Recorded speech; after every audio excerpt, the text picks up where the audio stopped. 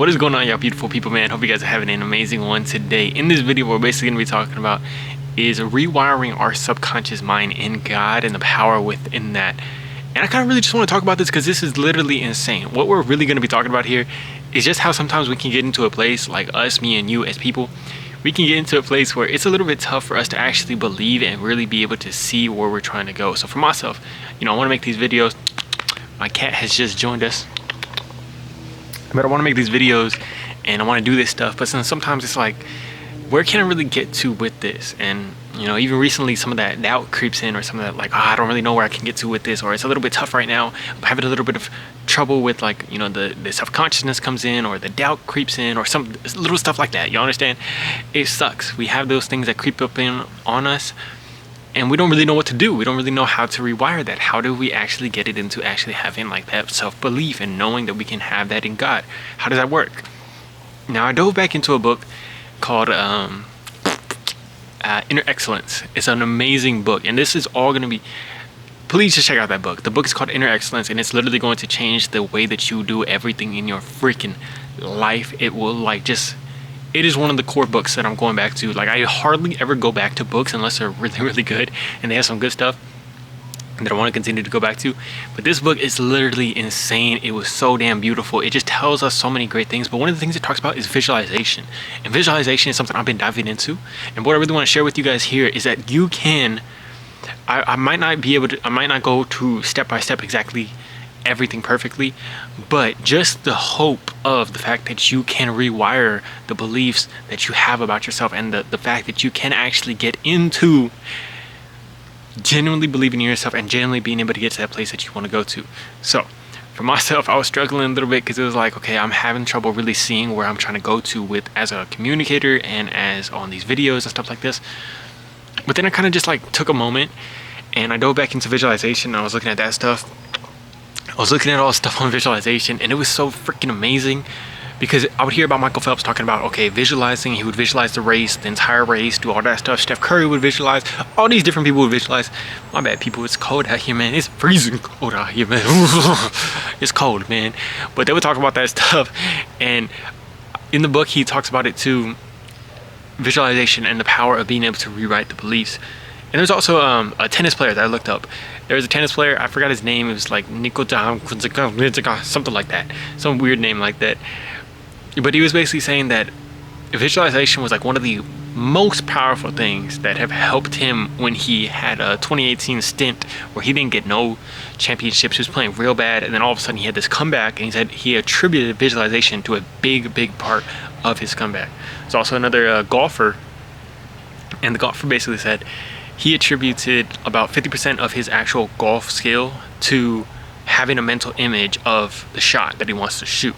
So I was like, damn, okay, this is all helping me actually be able to know this stuff, like actually be able to harness. Okay, even Michael Phelps said he would do like 2-hour sessions of this stuff, man. It was literally incredible. And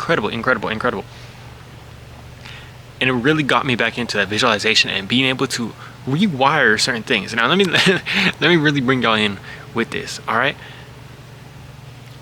guys, this is so good though. This is so good. Trust me. This is so good, because in the visualization I read back into that book, and he was talking about, there's a method. If you guys want to read the book, just read the book. It's so damn good. But there's a method where you can imagine yourself in a movie theater watching an experience that you had that didn't go very well, like it went actually pretty damn terrible.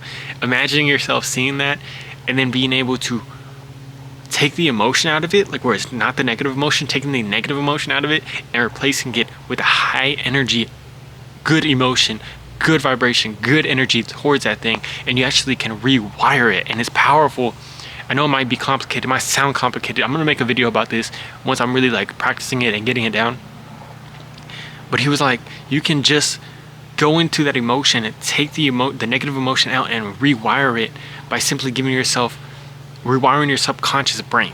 That's what it is. Rewiring your subconscious brain and telling your brain like, okay, we don't got to be fearing of this. You make a small change within the memory that you're going into. I know it sounds freaking complicated, but you're making a small change within the memory that you're going into, And all of a sudden, subconscious mind allows it to be like, oh, okay, I guess we can let it go now. I guess we can like not worry so much about it. And then also you replace it with that good emotion. And now you stop having that anxiety and stress about it. The example we gave is there was a pitcher that had like missed a pitch, or he played real bad in a playoff game. And all of a sudden, anytime he thought about playing in a playoff game in the major leagues, got this anxiety, got this stress. He couldn't do it. He didn't want to do it. And he had to go back into it and rewire that. And that's powerful, because if not, he would have been living with that for the rest of his life. So what might you have that might be anxiety inducing, fear inducing, whatever it might be? Oh my gosh, she's just climbing on there. She don't even care about y'all, man. She literally does not care about y'all. She's just gonna go act like she owns the whole damn place. But being able to do this is powerful, because like he was talking about, you can go back into the emotions where you fear something, you're anxious, or also getting actual real reps in with this stuff. Getting real reps in, I think, is one of the most powerful things for this.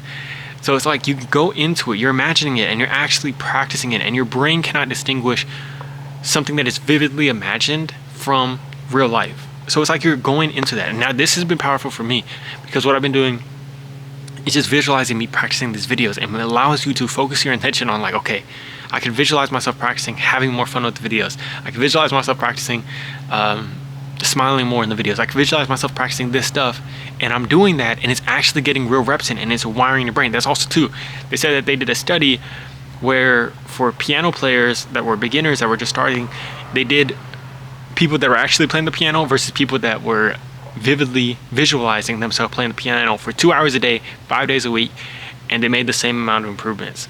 Freaking crazy, freaking crazy, freaking crazy. So you can do, I think that's powerful. You could either sit there and you could, of course,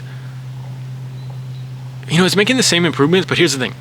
You're doing the same improvements, but then also in the visualization, you can imagine yourself doing things that you might not have done before with that certain stuff, with, she wants to be pet.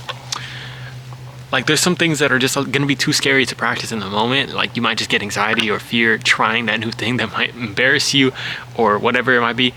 But what you can do is, in the visualization, you can try that stuff that might actually go bad. Feel it, feel the anxiety, feel the nerves, feel the embarrassment, and let it go. Allow yourself to give it to God. That is powerful. Being able to bring God into those things is so powerful too, man. But yeah, this whole video is about the visualization, man. If you have not read the book Inner Excellence, please go read it, man. I've been doing this visualization, and I just feel how much it's really helping me, and I am excited to continue to do it, and I really wanted to share this with you guys, man. So let me know. You can try some visualization. Let me know down in the comments below, man. It's cold out here. I'll talk to you on the next video, man. Peace. Avoid those exploding trees, please, please, please.